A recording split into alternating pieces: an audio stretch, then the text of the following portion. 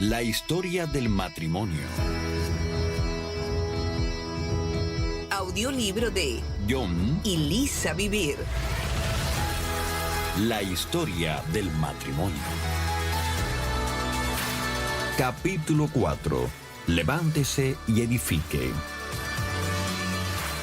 Ustedes saben que los gobernantes de este mundo tratan a su pueblo con prepotencia y los funcionarios hacen alarde de su autoridad frente a los súbditos. Pero entre ustedes será diferente. El que quiera ser líder entre ustedes deberá ser sirviente, y el que quiera ser el primero entre ustedes deberá convertirse en esclavo. Pues ni aun el Hijo del Hombre vino para que le sirvan, sino para servir a otros y para dar su vida en rescate por muchos. Mateo 20, del 25 al 28. Día 1.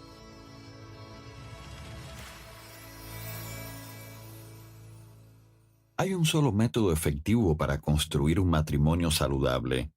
Para muchos de nosotros está escondido a plena vista. Necesitamos advertirles que este método no es muy excitante y definitivamente nada fácil.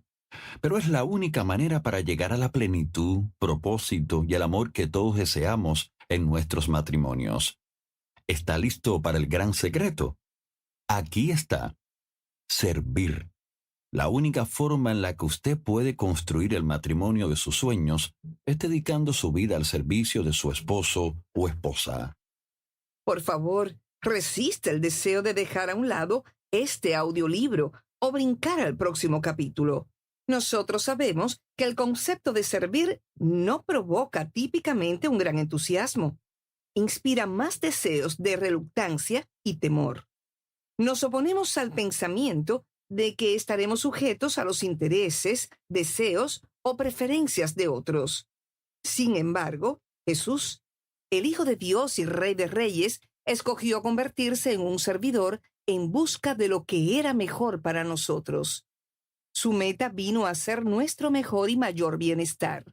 Renunció a su lugar de autoridad, derecho y privilegio para convertirse en el puente entre el abismo que separaba a Dios del hombre.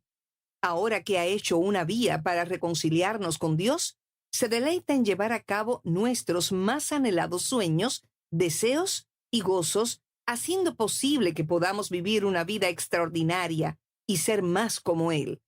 Jesús nos ofreció hacer que nuestras vidas abundaran mientras daba e invertía su propia vida.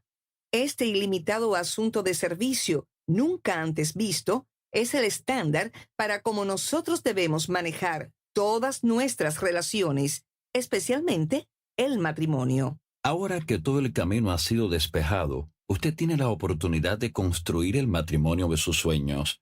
Pero la única manera en la que realizará su sueño marital, ese maravilloso plano divinamente inspirado, es si cambia su vida por ese sueño. El gozo, el amor y la plenitud que usted quiere en su matrimonio solo puede ocurrir cuando usted sacrifica la búsqueda de sus propios intereses por el bienestar de su cónyuge. ¿Ha podido notar que los cristianos más miserables tienden a ser los que son consumidos por una búsqueda egoísta? Los lisiados más grandes son los que no hacen nada por nadie. Esto es, porque en Cristo el ADN de servicio espiritual de Jesús está entretejido en nuestra naturaleza. Jesús es el más grande servidor. Cuando nos rehusamos a abrazar nuestra identidad en Él, la cual incluye, dentro de otras cosas, vivir como servidores, nos separamos de su poder transformador.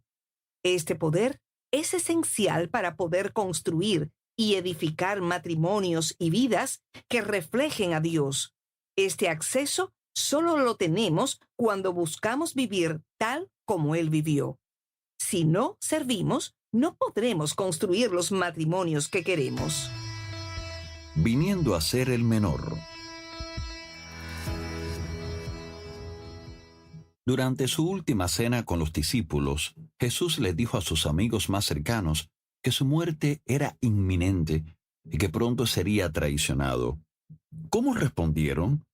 Primero, negaron rotundamente cualquier posibilidad de traición hacia Jesús.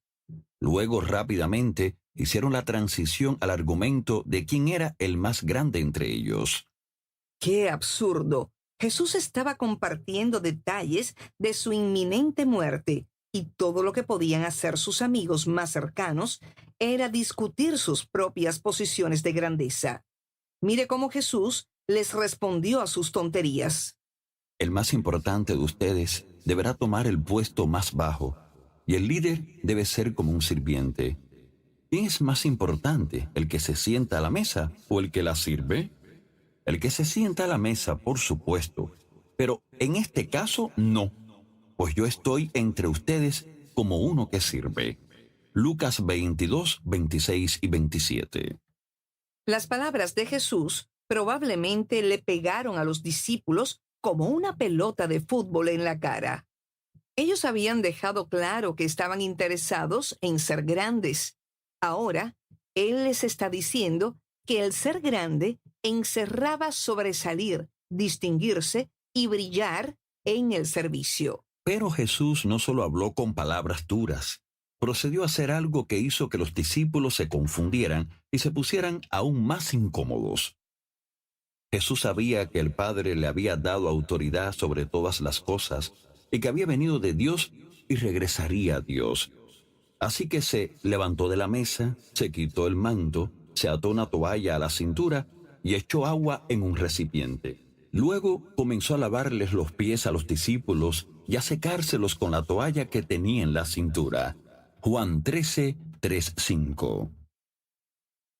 Lo que es sorprendente de este pasaje es el por qué Jesús le lavó los pies a sus discípulos.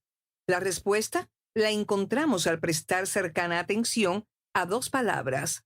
Así que. A Jesús se le había dado autoridad sobre todo, así que se humilló y abrazó la responsabilidad de un humilde siervo. Jesús no batallaba con la falsa humildad. Él estaba obviamente muy consciente de su posición de poder.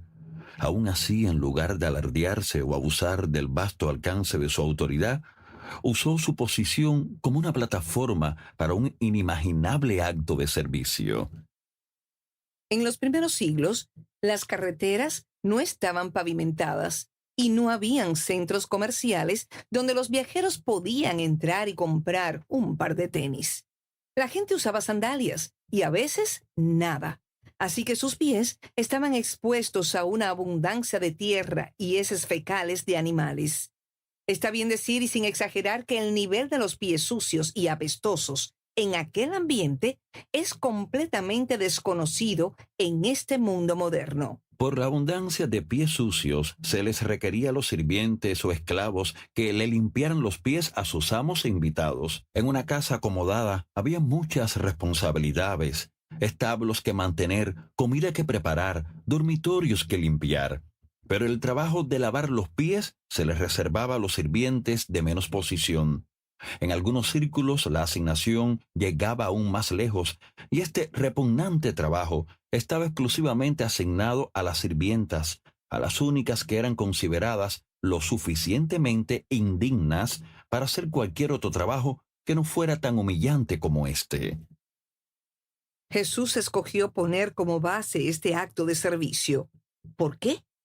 Porque Él necesitaba que sus discípulos entendieran la importancia de su lección acerca del servicio.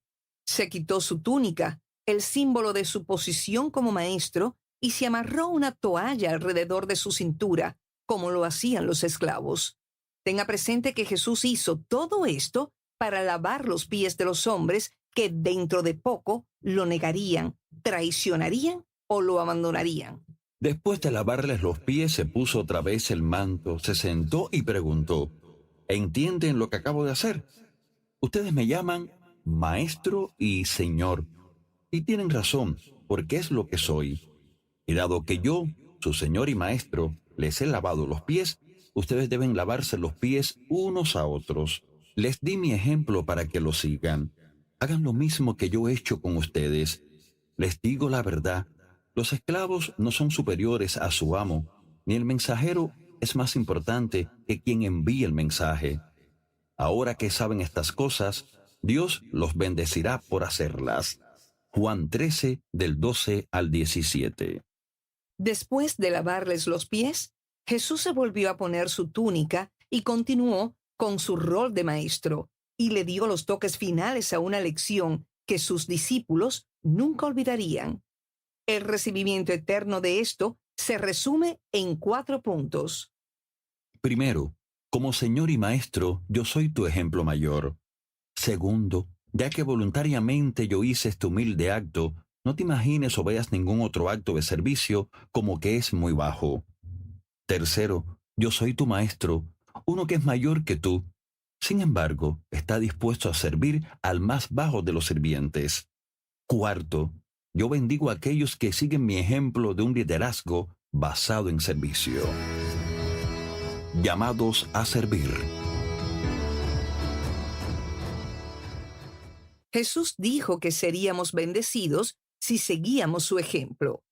Eso significa que su bendición descansa sobre nuestros matrimonios cuando lo imitamos a Él al servir a nuestros esposos o esposas. No le estamos diciendo que imite a Jesús iniciando un ritual nocturno de lavatorio de pies. El punto es introducir su patrón de servicio en nuestras vidas. En el matrimonio, la mejor manera de imitar el ejemplo de Cristo es cuando usamos nuestros propios roles como plataformas para servir. Pablo escribió: No sean egoístas, sean humildes, es decir, considerando a los demás como mejores que ustedes. Tengan la misma actitud que tuvo Cristo Jesús. Filipenses 2, 3 y 5. ¿Cuál fue la actitud de Cristo? Él escogió verse a sí mismo como un servidor que elevaba los mejores intereses de los demás por encima de los suyos. Lo llevó al extremo, muriendo por aquellos que amó. Muchos de nosotros nunca seremos llamados a tomar el paso de ese último sacrificio por nuestros cónyuges, pero hemos sido llamados a olvidarnos de todo egocentrismo por el beneficio de ellos. Así que, si servir es tan grande, si invita a la bendición de Dios, ¿por qué no hay más gente haciéndolo? El problema es nuestra humana y caída naturaleza, la cual constantemente se opone a lo que establece el Espíritu de Dios y nos anima a poner como meta nuestros propios intereses. Nuestra carne demanda que reconozcamos sus deseos, insistiendo que estos antojos sean suplidos. Pero no importa cuánto los alimentemos, la naturaleza humana siempre querrá más. La naturaleza pecaminosa constantemente promueve el egoísmo y la falta de contentamiento, mientras que el Espíritu de Dios empodera la abnegación y ofrece una plenitud duradera. Cada momento tenemos la oportunidad de escoger si vamos a ser dirigidos por el Espíritu de Dios o por los insaciables deseos de la carne. La naturaleza pecaminosa desea hacer el mal, que es precisamente lo contrario de lo que quiere el Espíritu. Y el Espíritu nos da deseos que se oponen a lo que desea la naturaleza pecaminosa. Estas dos fuerzas luchan constantemente entre sí. Entonces ustedes no son libres para llevar a cabo sus buenas intenciones. Gálatas 5:17. Jesús nos liberó de nuestra naturaleza pecaminosa para que pudiéramos dar nuestras vidas libremente. La salvación no nos liberó para que obtuviésemos más, nos liberó para que diésemos más. Pues ustedes, mis hermanos, han sido llamados a vivir en libertad, pero no usen esa libertad para satisfacer los deseos de la naturaleza pecaminosa. Al contrario, usen la libertad para servirse unos a otros por amor. Gálatas 5:13. Se nos ha dado libertad para que así podamos sacrificar nuestras vidas. Si vivimos simplemente para nosotros mismos, estamos desperdiciando nuestra libertad en Cristo y estamos sujetándonos al mismo egoísmo y pecado por el cual Cristo murió y nos liberó. Pero mientras aprendemos a vivir en servicio a otros, especialmente nuestras esposas o esposas, tomamos parte de la vida abundante que Él ha provisto.